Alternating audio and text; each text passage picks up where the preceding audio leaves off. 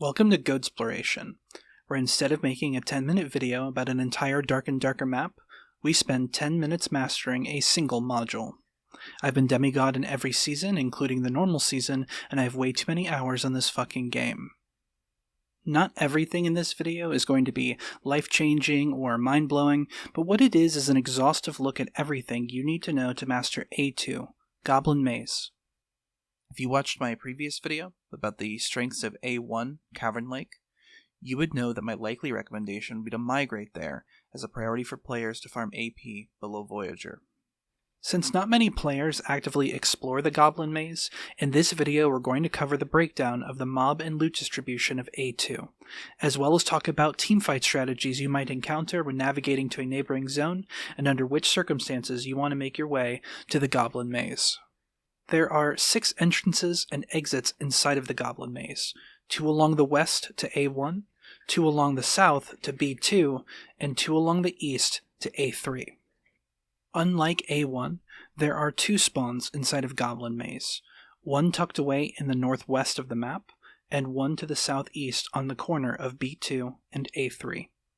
If you spawn into the northwest spawn, then you can guarantee that Cavern Lake is completely unoccupied.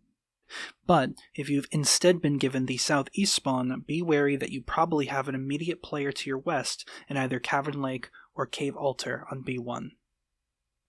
Goblin Maze is divided into 2 floors, connected by a descending ramp along the south side, and also an elevator located in the center of the map.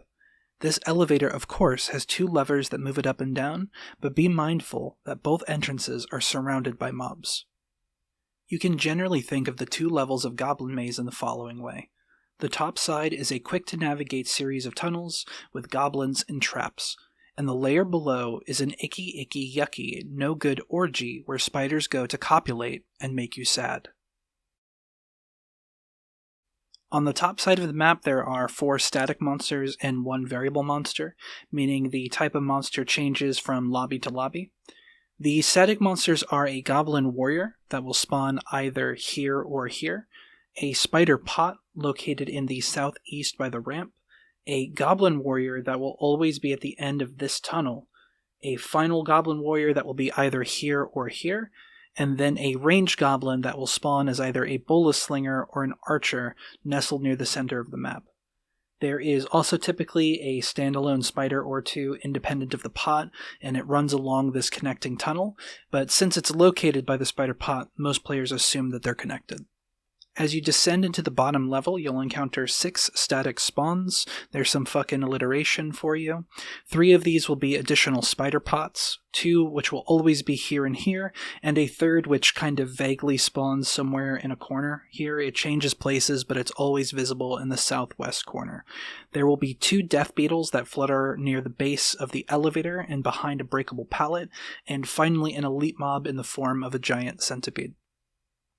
We're also going to jump the gun a little bit. Typically we talk about breakable objects later on, but there are 3 barrels I've confirmed in this map which are skeleton barrels, and we're going to count those as mobs. When I first started learning Dark and Darker, I always assumed barrels just have a chance to spawn a skeleton, and as such I would kind of avoid breaking them whenever possible, but they are indeed designated barrels, with a 50% chance to produce a skeleton, and those are located on the bottom floor here in these locations. Goblin Maze features 5 large chests, 4 medium chests, 3 small chests, and an optional 5th medium chest that seems to not be present in the majority of lobbies.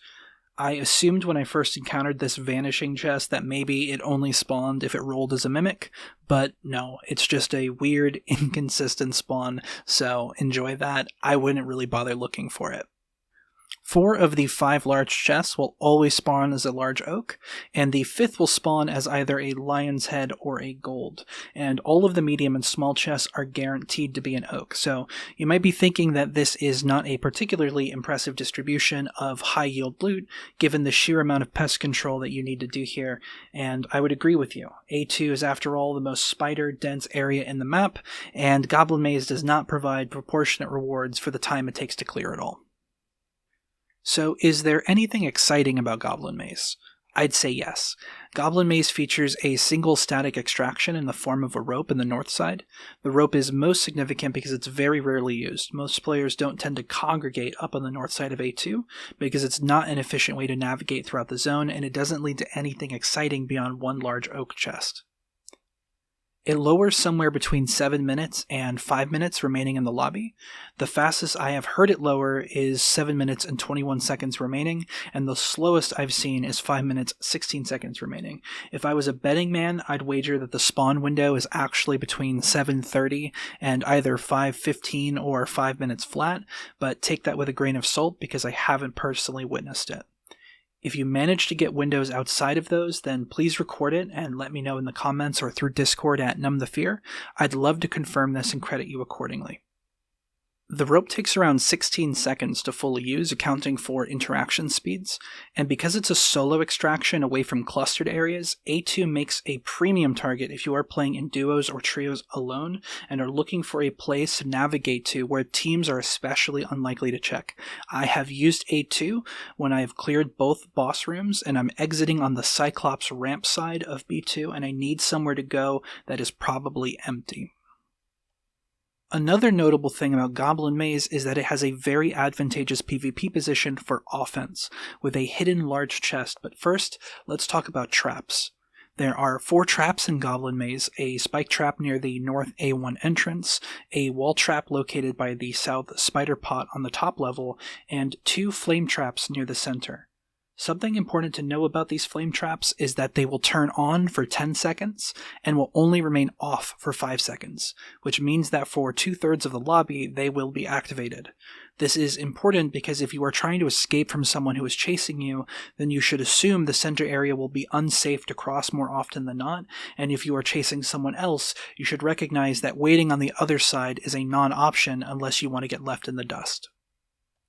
These fire traps are significant in that they will kill mobs and players alike, so it's very common that many of the static mobs on the top level will already be dead if you travel to A2 later on in the map, making the large chests actually pretty easy to access quickly before extracting. When looking at PvP options, there are traditionally 2 common travel points where teams will enter through, either the center through the flame traps or most commonly through this tunnel where those standalone spiders like to hang out and then smoke cigarettes and talk shit about their parents. But the problem is that both of these entryways heavily favor defense. If the enemy team has working eardrums, they can stack on the entrance of the tunnel and funnel, block, and kill the front line, and the narrow entrance makes it ripe for spells and hunting traps. Entering through the center is no better, because you will likely have your group divided by the trap window, and the fire traps themselves are easy to body block with a shield, sword, or frontline, so it's exceptionally risky to try and advance on a competent team. This is where the hidden lever comes in. It's located behind 3 pots that you can break or jump on, and this opens up a ramp with a static large oak. From this ramp, you have a wonderful window to attack your opponents below, where melee attackers can't reach you unless they travel through the tunnel or fire traps, giving you the advantage. I also use this pathway as a safe way to remove the spider pot before I drop down in High Roller. Here we have some footage of me quickly moving through A2 at the start of a lobby, and I'm going to use this pathway to initiate a fight against 2 rogues. After I have secured free damage and they realize they don't have a counterplay here, they retreat. I push forward, and I'm able to secure the kills since they now have to scatter and play defensively.